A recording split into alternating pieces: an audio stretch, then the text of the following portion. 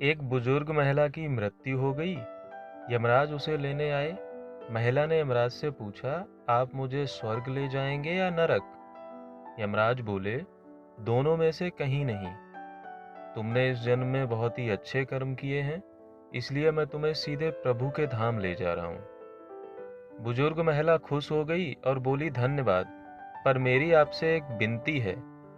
मैंने यहाँ धरती पर सबसे स्वर्ग नरक के बारे में बहुत सुना है।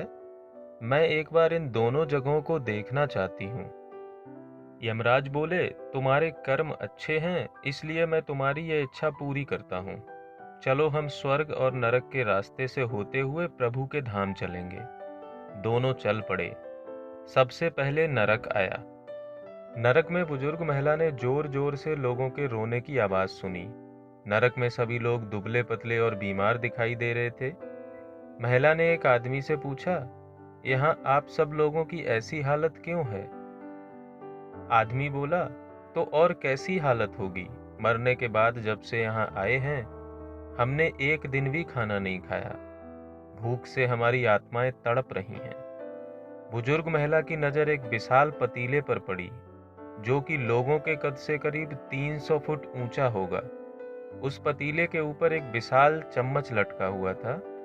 उस पतीले में से बहुत ही शानदार खुशबू आ रही थी।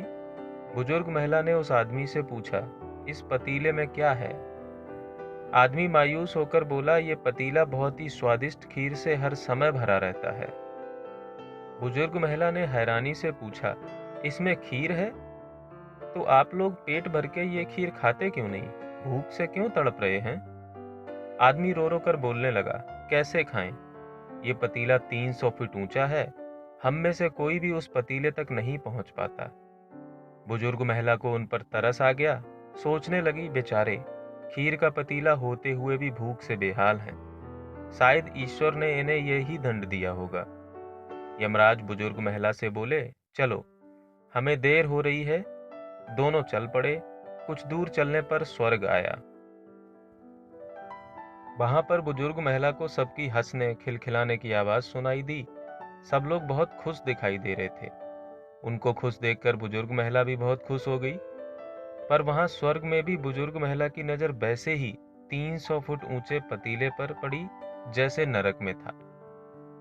उसके ऊपर भी वैसा ही चम्मच लटका हुआ था। बुजुर्ग महिला ने वहां लोगों से पूछा, इस पतीले में क्या है? स्वर्ग के लोग बोले, इसमें बहुत स्वादिष्ट खीर है। बुजुर्ग महिला हैरान रह गई।